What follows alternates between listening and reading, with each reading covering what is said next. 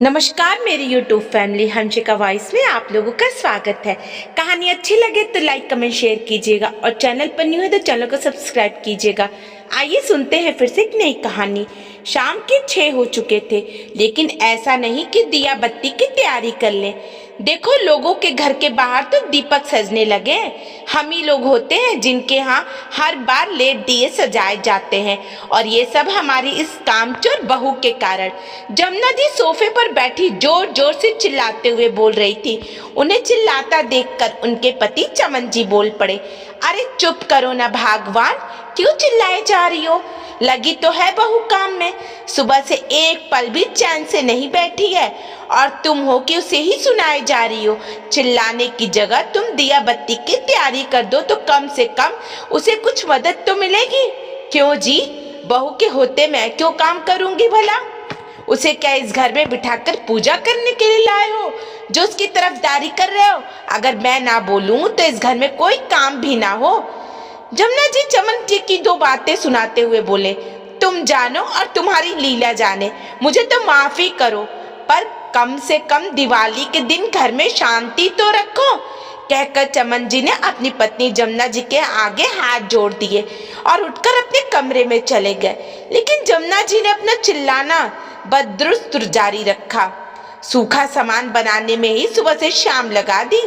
कोई काम समय पर नहीं होता है, ना हाथ जल्दी जल्दी चलाती है। ये तो शुक्र मनाओ कि मिठाइयाँ बाजार से आ जाती हैं, हमारे जितना काम नहीं करना पड़ता।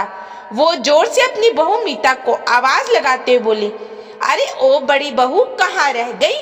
कान में रुई डालकर बैठी है क्या, जो मेरे चिल्लाने की आवाज तेरे कानों तक नहीं पहुंच रही है? इतने में मीता अपने पल्लू से हाथों को साफ करती हुई रसोई से बाहर निकल करके आई और जमुना जी से बोली, जी माँ जी, कहिए। क्या कहिए? कब से आवाज लगा रही हूँ तुझे, सुनाई नहीं दे रहा था क्या? सारी दुनिया में दिए जल गए, लेकिन हमारे घर में अभी तक कुछ भी नहीं हुआ। अरे कोई तैयारी है भी या नहीं? दिया बत्ती की तैयारी कर दी है माँ जी, अब आप दिए प्रज्वलित कर दीजिए। हर बार का तमाशा है, कभी भी समय पर दिए जलते ही नहीं है। धनतेरस के दिन ये हाल है तो दिवाली पर तो पता नहीं क्या होगा। बड़बड़ाती हुई जमुना जी सोफे पर से उठी और रसोई में जाकर दियों की थाली को पूजा घर में ले आई। वहां दीप प्रज्वलित करके उन्होंने मीता को आवाज लगाई, बहू दिए जला दिए हैं, अब जाकर इन्हें जगह जगह रखा और थोड़ा जल्दी हाथ चला। अभी तो रात के खाने की तैयारी भी नहीं की होगी, फटाफट से खाना बना ले, तेरे देवर देवरानी भी आते ही होंगे। मीता फटाफट दिए रखने चली गई। अभी दिए अपनी जगह पर रख ही रही थी, कितने में देवर मोहित और देवरानी नेहा दोनों आ गए, जिन्हें देखकर जमुना जी बड़ी खुश हुई। मोहित और नेहा दोनों जाकर जमुना जी के पास ही बैठ गए। इतने में मीता दिया रखकर अंदर आई तो जमुना जी बोली, बड़ी बहू, जरा इन लोगों के लिए पानी तो ले आ। मीता रसोई में पानी लेने चली गई। ट्रे में दोनों के लिए पानी लेकर के बाहर आई तो मोहित ने पूछा, भाभी आज खाने में क्या बनाया हो? बहुत जोर की भूख लगी है। बस भैया, अभी थोड़ी देर में खाना तैयार करती हूँ। हाँ, कब से कह रही हूँ इसे कि खाना तो टाइम से बना दे, लेकिन नहीं, हाथ पैर तो हिलते ही नहीं है इसके। ऐशो आराम की जिंदगी जीने की आदत हो गई है। अचानक जमुना जी बीच में ही बोली। ये सुनकर नेहा मुस्कुरा दी। उसकी ये मुस्कुराहट किसी तीर की तरह जाकर मीता के सीने पर लगी, पर वो कुछ ना बोली, चुपचाप रसोई में आ गई। भला त्योहार के दिन क्या घर में हंगामा करना है? रसोई में आकर उसने खाना बनाना शुरू किया तो जमुना जी बाहर से चिल्लाती हुई बोली, अब खाना बनने में तो 1 घंटा लगेगा, इनको कम से कम जो सूखा नाश्ता बनाया है वो ही ला करके दे दे। इतनी अकल तो खुद की इस्तेमाल कर ले। मीता को बुरा लग रहा था, हर बात पर जमुना जी उसे नीचा दिखा रही थी, वो भी देवर देवरानी के सामने, जो उम्र में और पद में दोनों में ही उससे छोटे हैं।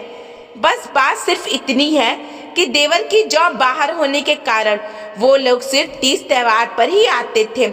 इस कारण से जमुना जी के लाडले थे, जबकि बड़े बेटा बहू यहीं इनके पास रहते थे। लेकिन बड़ी बहू की तो बिल्कुल भी कद्र नहीं थी। जमुना जी की आदत थी कि वो किसी के भी सामने मीता को कुछ भी सुना देती, खुद तो कोई काम ना करती और मीता के काम में भी बस कमी निकालती रहती। आज भी बिल्कुल बैठने का मौका नहीं मिला था, ना ही दिन में आराम किया था। सुबह घर काम करने के बाद दोपहर के खाने की तैयारी की और उसके साथ ही सूखा नाश्ता तैयार करना शुरू कर दिया। दिवाली का त्योहार नजदीक है, मेहमानों के लिए सूखा नाश्ता भी होना जरूरी है। बाजार से तो केवल मिठाइयाँ आएंगी। जमुना जी नाश्ता नहीं मंगाने देती, इसलिए 2 तरह की नमकीन, मठरी, नमक पारे सब कुछ घर में ही बने थे। ये तो ससुर जी ने उसके 4 साल बेटे प्रिंस को संभाल रखा था, वरना ज्यादा परेशानी हो जाती। आज पूरे दिन भर वो अपने दादाजी के साथ ही जगह जगह घूमा था। दिवाली की अधिकतर सारी तैयारी तो मीता अकेली ही करती थी। नेहा तो धनतेरस के दिन आती थी और दिवाली के दूसरे दिन खाना हो जाती थी। भाई दूज तो वो अपने मैके में ही मनाती थी। उस दौरान सज धज के पूजा पाठ में बैठना, जमुना जी के पास बैठकर बतियाते रहना और मोहित के साथ उसके यार दोस्तों के घर चले जाना, बस उसे तो यही काम था। और जमुना जी उसे कुछ कहती भी नहीं थी। उसका मानना था कि वो 3-4 दिन के लिए तो आती है, उसमें भी उसके काम के लिए क्या बोले। पर मीता का काम तो बढ़ जाता है। पर इस बार दिवाली के दिन प्रिंस को बुखार चढ़ गया। अब वो मीता को छोड़ ही नहीं रहा था। जो काम समय पर होना चाहिए था उसमें भी देरी हो रही थी। उस दिन मीता ने नेहा को कहा, नेहा तुम दोपहर के खाने की तैयारी कर लो, मैं प्रिंस को डॉक्टर को दिखा कर लाती हूँ। और प्रिंस को लेकर के अस्पताल चली गई। आते आते उसे 4 बज गए, लेकिन जब वो लौट कर आई तो खाने के नाम पर सिर्फ दाल चावल बने थे। पर मीता को इससे भी कोई परेशानी नहीं थी। उसने थोड़े से दाल चावल प्रिंस को खिलाए और दवाई देकर उसे सुला दिया और खुद खाना लेकर के खा लिया। बाद में वो रसोई में आकर शाम के खाने की तैयारी में लग गई। लेकिन शाम के 6 बजने को आए, दिया बत्ती की तैयारी किसी ने नहीं की। अब तो जमुना जी चिल्ला पड़ी, अरे बड़ी बहू देख, बाहर सबके घर दीप प्रज्वलित हो गए हैं, दिया बत्ती की कोई तैयारी है या नहीं। उनकी आवाज सुनकर मीता बाहर निकल के आई। देखा तो जमुना जी और नेहा तैयार होकर बाहर हॉल में आ चुकी थी। मीता ने कहा, माँ जी मैं अभी तैयारी कर देती हूँ। क्या तैयारी कर देती हूँ? कितना धीरे धीरे काम करती है। आज दिवाली का त्योहार है, बाहर रंगोली तक नहीं सजाई तूने। ऐसे स्वागत करेगी तो माँ लक्ष्मी का? रंगोली? मीता ने एक नजर नेहा की तरफ देखा, फिर कहा, मुझे लगा कि आप लोगों ने तैयार कर दी होगी। भला हम क्यों करेंगे तैयारी? ये तेरा काम है, तू मुझसे काम करवाएगी। और अगर छोटी बहू के लिए कह रही है तो वो भी तो कभी कभार आती है, उसे क्या पता कौन सा सामान कहाँ रखा हुआ है। पर माँ जी प्रिंस की तबीयत खराब थी, कम से कम मदद तो कर ही सकते थे ना। बहू घर तू संभालती है, तुझे पता है कौन सा सामान कहाँ रखा हुआ है। छोटी बहू तो कभी कभार आती है, उसमें भला क्या काम करवाना। और ये जबान लड़ाने से अच्छा है कि काम कर। पता नहीं कब दिया बत्ती की तैयारी करेगी और कब तैयार होगी।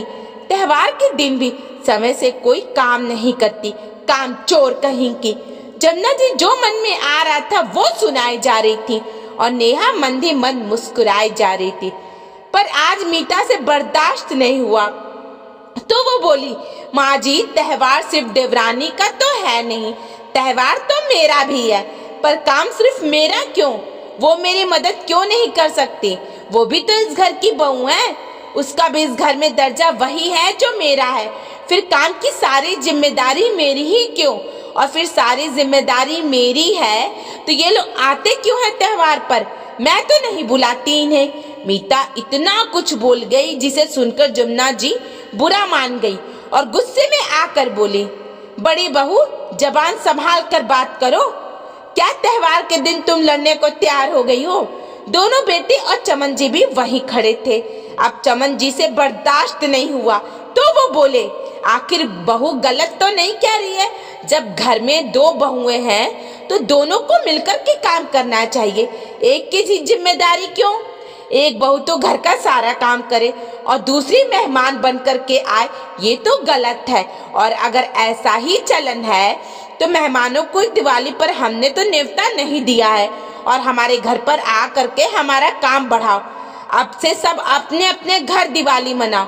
चमन जी के बोलते ही जमुना जी गुस्से से उनकी तरफ देखने लगी और कुछ बोलने को हुई तो चमन जी ने हाथ दिखाकर उन्हें चुप रहने को कह दिया। अगर बाहर से आए हुए बेटे बहू की इतनी पूछ है तो मैं बड़े बेटे बहू को भी बाहर जॉब करने की परमिशन दे देता हूँ। इस घर में हम दोनों अकेले ही रह लेंगे। चमन जी इस बात का जमुना जी के पर कोई जवाब नहीं दे पाई। बहू ने आज तक जवाब नहीं दिया। आज प्रिंस की तबीयत खराब है तो तुम सबको इसको मिलकर मदद करनी चाहिए थी। दिवाली पर तुम सबको खुश करने की जिम्मेदारी इसकी अकेले की नहीं है, चमन जी ने कहा। तो उसके बाद दोनों बेटे दिया बत्ती की तैयारी के लिए चले गए। वहीं नेहा बाहर रंगोली बनाने के लिए, इधर जमुना जी पूजा की तैयारी करने चली गई।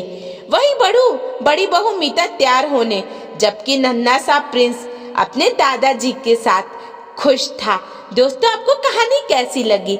अगर अच्छी लगी तो लाइक कमेंट शेयर कीजिएगा और चैनल पर नहीं हो तो चैनल को सब्सक्राइब कीजिएगा। धन्यवाद।